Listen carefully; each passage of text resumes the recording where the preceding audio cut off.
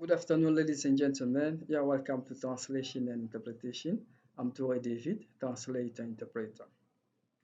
I'm gonna dive in the new legal terms as we have seen so far, such as International Criminal Court, International Court of Justice, war crime, genocide, crime against humanity, extermination, rape, looting, armed conflict, and so on. You can have a look on the screen.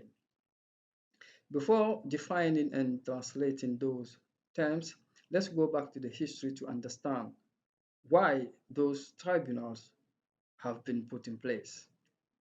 After the Second World War, opposing the Allies and the Axis of powers, the Geneva Conventions have been ratified in 1949 in order to prosecute those military commanders, military leaders in tribunal, to sentence or to sanction them, to serve as a lesson for international community for the purpose of preserving world peace, preserving the world peace, preserving the world peace.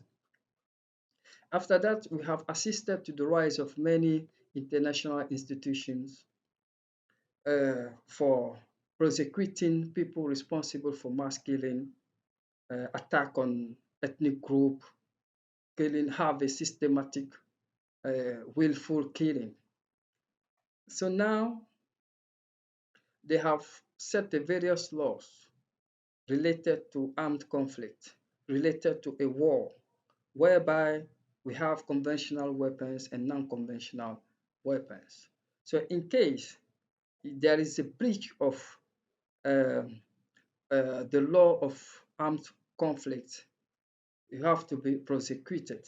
And they have requalified the murder at the national level to the international level as war crime, as genocide, as crime against humanity.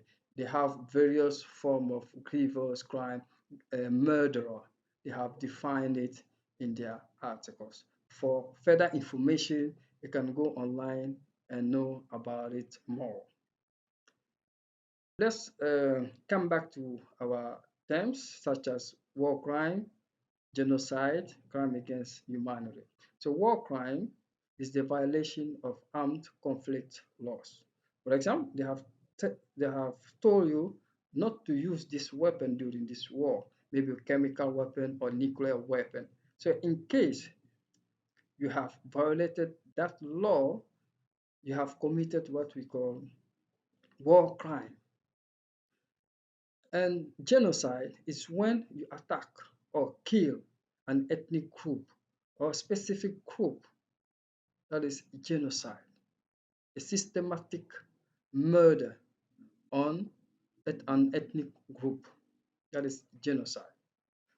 Crime against humanity is the violation of international humanitarian law. For example, they have said you don't have to kill, in case of conflict, the civilian population, innocent people without weapons. They are not armed. So when you kill them during your invasion or during your aggression, is a violation or breach of international humanitarian law. So they have requalified it at the international level. That's why you can hear during the trial, we have to requalify eh, the crime so that we can be at the international level. For example, in Guinea, the trial that is going on, they talk about the qualification of the crime, the qualification of the charges at the level of crime against humanity, war crime, and so on. But war crime and crime against humanity is those that are at stake. So now at the international level, we have that requalification, which is different from the national level. So as after having defined what is war crime, crime against humanity, genocide. So let's take it in French for those who don't understand English language to have a clear understanding. Bonsoir mesdames et messieurs, vous êtes les bienvenus au programme de traduction et d'interprétation. Je suis Touré David, traducteur-interprète. Donc on va voir certains termes juridiques pour cette vidéo. comme International Court of Justice, qui signifie la Cour internationale de justice, International Criminal Court, la Cour pénale internationale. Genocide, ça c'est le génocide. War crime, ça c'est crime de guerre. Crime against humanity, ça c'est crime contre l'humanité. Mais bon, avant d'expliquer ou définir, on va essayer de rappeler un peu l'histoire, pas trop dans les détails, mais juste avoir une idée de la mise en place de ces tribunaux internationaux. Après la Deuxième Guerre mondiale, en 1949, selon les conventions de Genève qui ont été ratifiées, on doit traduire les responsables, chefs militaires de guerre au tribunal afin de les juger et les condamner pour ce qu'ils avaient commis comme meurtre, comme crime de masse, crime contre la population ou une ethnie ou un groupe ethnique, pour que cela serve de leçon pour la préservation de la paix mondiale.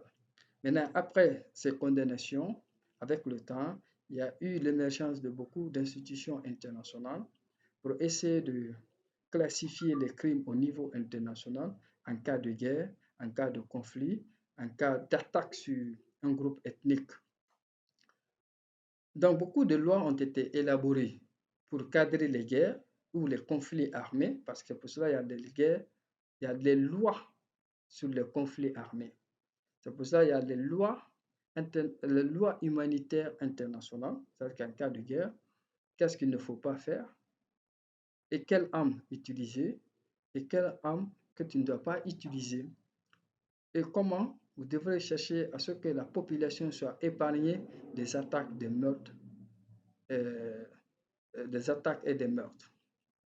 Donc c'est pour cela qu'il y a toutes ces lois en place et que la requalification a été effectuée pour quitter du niveau national au niveau international. Bon, beaucoup de pays ont ratifié.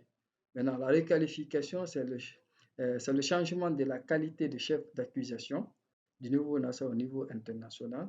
Parce que au niveau des crimes de guerre, les génocides, plus souvent dans les temps, ça concernait les chefs militaires, la responsabilité de commandement des chefs militaires. Comme vous le savez, le procès est en cours, donc ça nous a donné beaucoup d'idées là-dessus. Donc, c'est pour cette raison que toutes ces lois-là ont été élaborées afin de préserver la paix mondiale. Donc, mesdames et messieurs, je pense que c'est la dernière vidéo concernant la traduction juridique et la traduction des termes juridiques. Donc, veuillez revoir les vidéos précédentes du début jusqu'à cette vidéo pour avoir une bonne compréhension du système juridique anglo-saxon, américain, français ou francophone. Là, ça va vous permettre d'être un bon ou un bon traducteur. Donc, je vous remercie pour votre attention. Abonnez-vous, partagez, commentez, et puis pour agrandir notre audience. Merci beaucoup pour votre attention.